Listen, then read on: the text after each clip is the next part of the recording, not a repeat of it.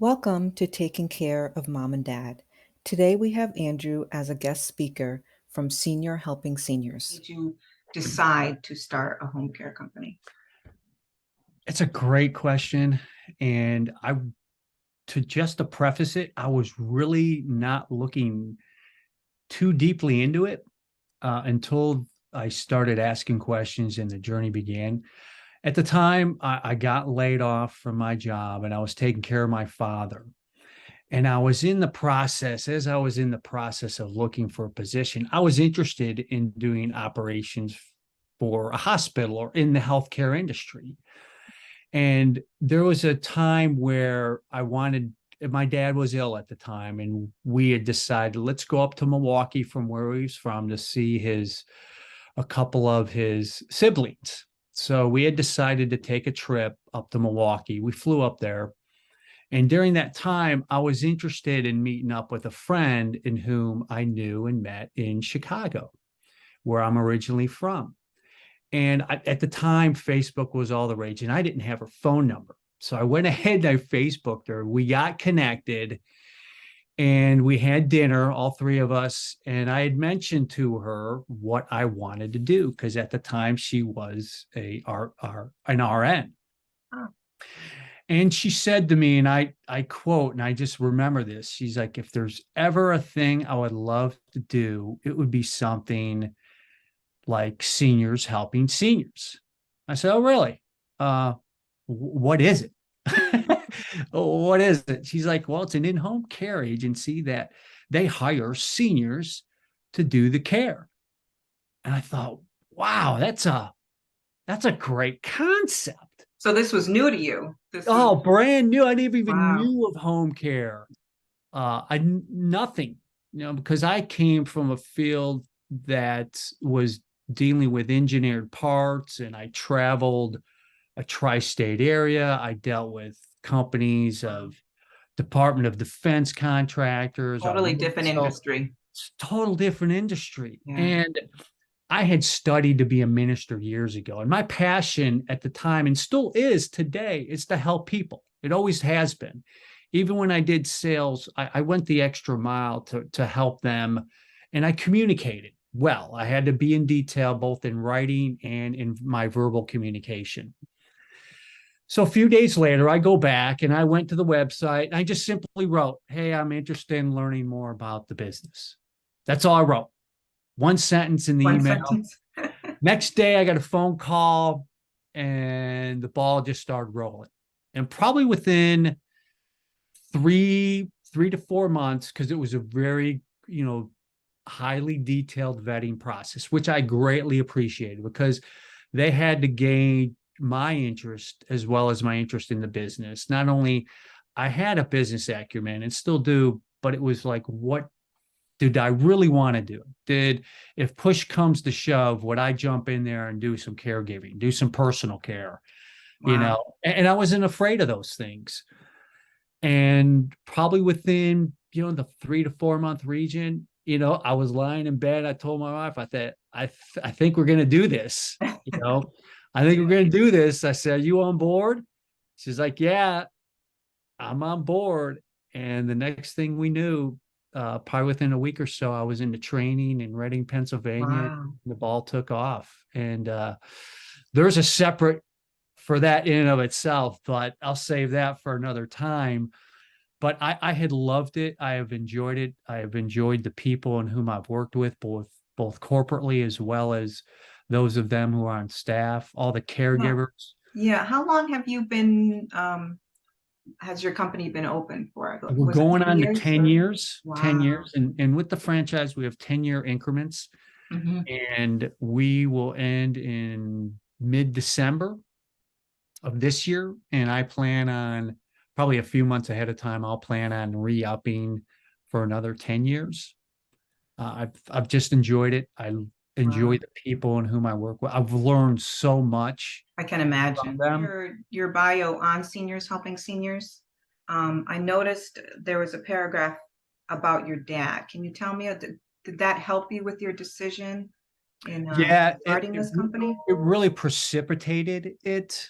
When my dad had suffered a stroke, back around the time where I was kind of going through some, I ended up getting laid off from my job, which was probably the best thing for me because at the time when I was visiting my dad, he suffered a stroke and I was down there purposefully to help him move.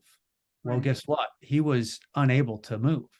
Uh, I literally took, it was 5 out of the 7 days I lived in Eddyville, Kentucky, which is about 5 hours away from me. And my wife and daughter were on board. I said, look, this is what we have to do. And I ended up bringing my stepson with me, and a couple friends helped me help them, you know, go through my parents' stuff. At the time, my mom had passed away 4 years previously. wow. My dad he was in danger. I mean, at the time, I within the first 2 weeks of his recovery, he really couldn't speak. So I was making decisions, and probably every other day I would go by and say, hey, look, this is what I'm doing. You know, what do you think? And he would nod or do what he wanted to, either to acknowledge or ask a question. And that period of time, that 3 weeks, uh, was a great learning process for me. I learned so much empathy for potential families that were going through it. You know, but the thing is, later on, when I was working seniors, helping seniors, I was not alone in the process.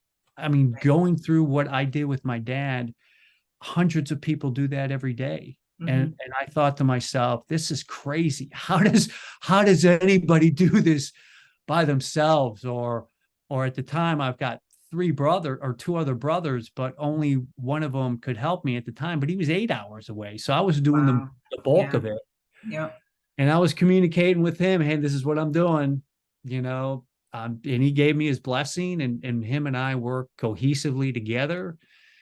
And during that time, when my father recovered, uh, we moved him up here to Fairfield, Ohio.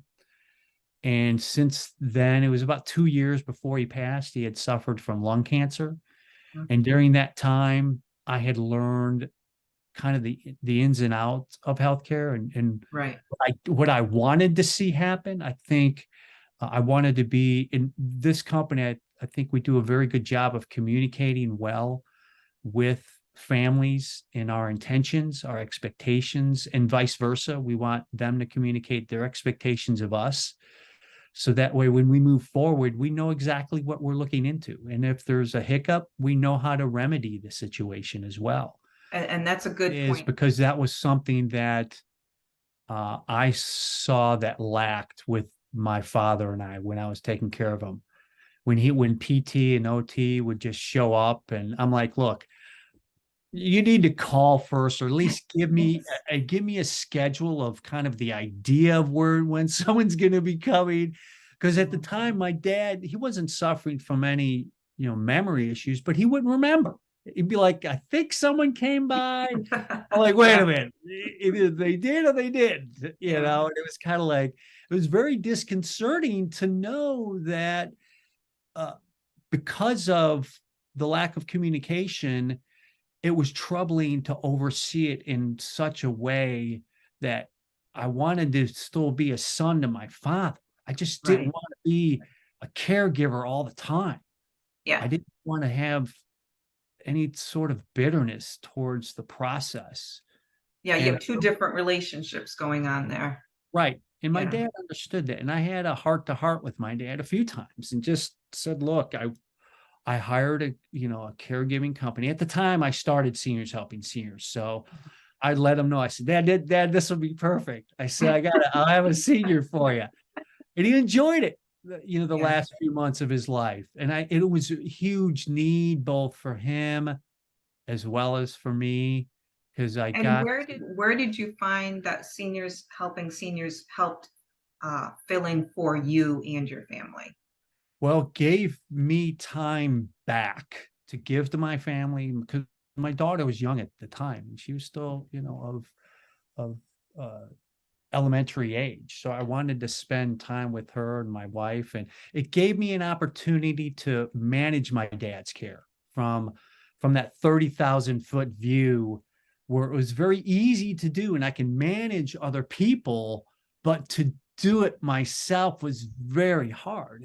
Right. It was emotionally tough, physically demanding at times, because I did some overnights that there was spouts where he wasn't sleeping well, and the potentiality of him being a fall risk was present.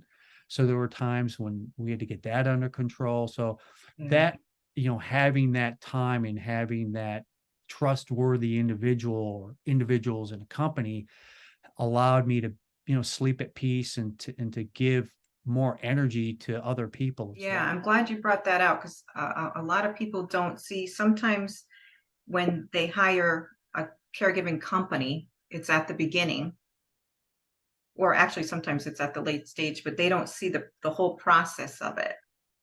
And they say, oh no, I can do this on my own. And then it becomes too late, Right. you know? So what would you say to basically what would you say to a family that is thinking about hiring you? I would definitely look into it at the moment of the conception of the thought. Okay. The reason being is because of the environment in which our industry is in. I think it would behoove individuals to start early in respects to the conversation with their parents or their one parent or whomever, their aunt or uncle, and then at least vet whatever companies you think would be a good fit as well. And whoever you need to communicate with in light of family members, get them on board, because it's easier to manage than it is to do the care yourself. Because I live the caregiver burnout. It's a reality, Yes. and it sneaks up on you, and it manifests itself in different ways. You could be irritable and be True. what you don't want to be to your family. You can Yeah. get True. extremely tired and miss things mentally, and you could hurt yourself physically because you're just fatigued. I was there, and I empathize with individuals who are caregivers, but this is one thing I would say to them is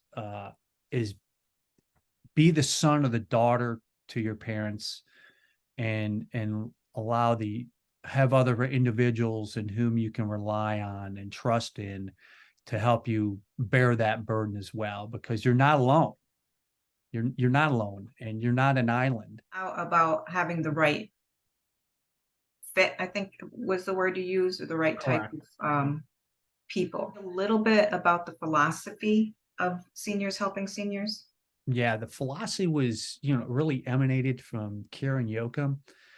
This was, decades and decades ago, where the philosophy is, if we get a peer-to-peer relationship based caregiving company instilled in the philosophy, where individuals who are of that same age, they're just as empathetic. They understand the process, they understand the burdens and the physical challenges that the individual who needs care is going through. And it's a living reality, both for the caregiver and for the one being cared for. And those individuals are much more empathetic, and they're reliable. They have developed a very earnest, hardworking work ethic.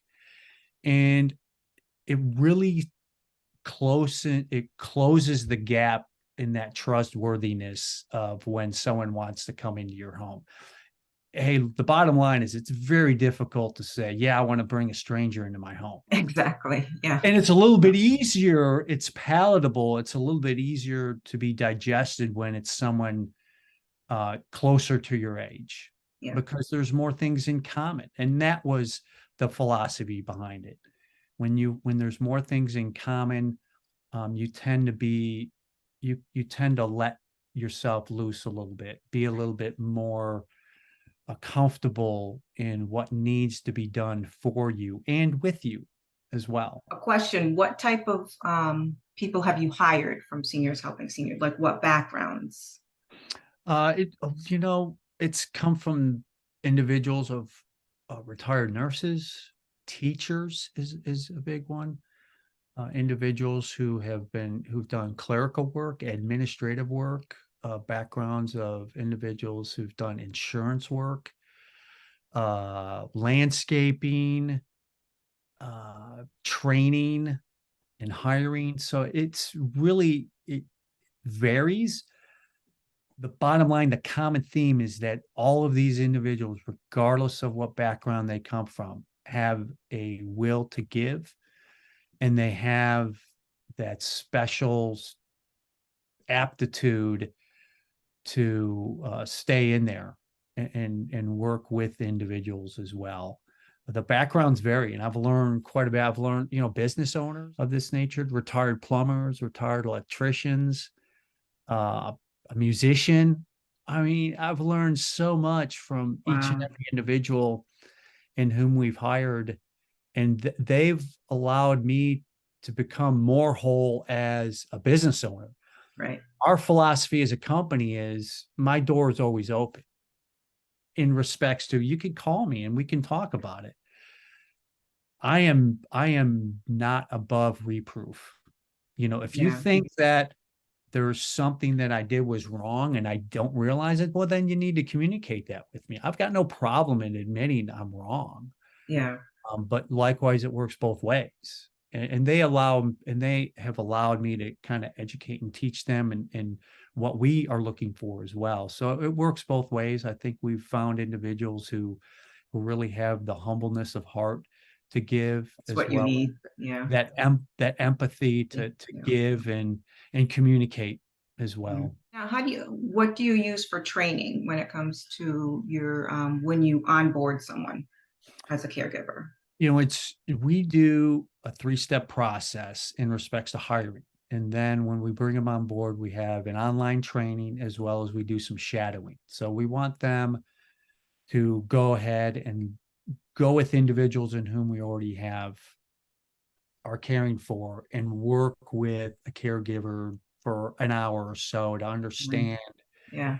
what's companionship like, or what's Alzheimer's dementia care like, what is personal care like, those little things, because those things will help them determine, yeah, I can do that. I can do those things, but I prefer not to do that. I can do it, but it's an honest report of where they are. It's an honest assessment of where they are. So that way it helps us Yeah.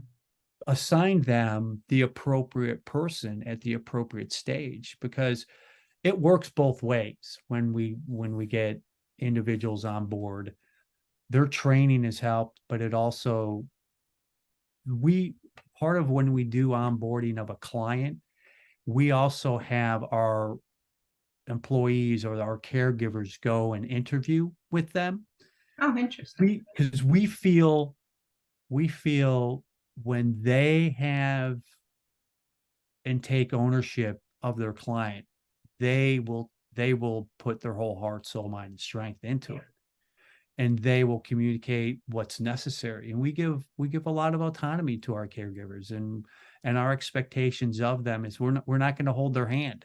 We'll train them, and if they need to have more information, they'll communicate that with us, Exactly. Yeah. and then that way we can do some more training. We also do some things outside of that as well, and bring speakers on board Oh, from time to nice. time. So a lot online training and shadowing, and we want them to meet their individual first, if applicable, when applicable, so that way they can understand, yeah, I can do this. Right. It's more comfortable when they get to meet that individual. And likewise with the other individuals, they get to meet that individual in whom is coming into their home. They can understand, yeah, I can get to know them a little bit. Yeah. So it works both ways. It does. Yep. Now, do you have um, any stories that you want to motivate you that help you continue it? If you have a tough day and you need that motivation, what do you think about?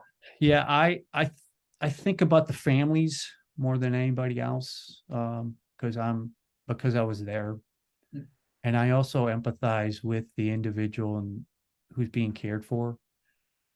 That's my motivation. especially if there's a spouse also helping. Mhm. And there's been countless of times where the spouse just needs some extra time of respite once or twice a week where we can come in and help and communicate what's been going on. And we're there in that journey with them. And most oftentimes is they're befriended of our caregivers and they become friends.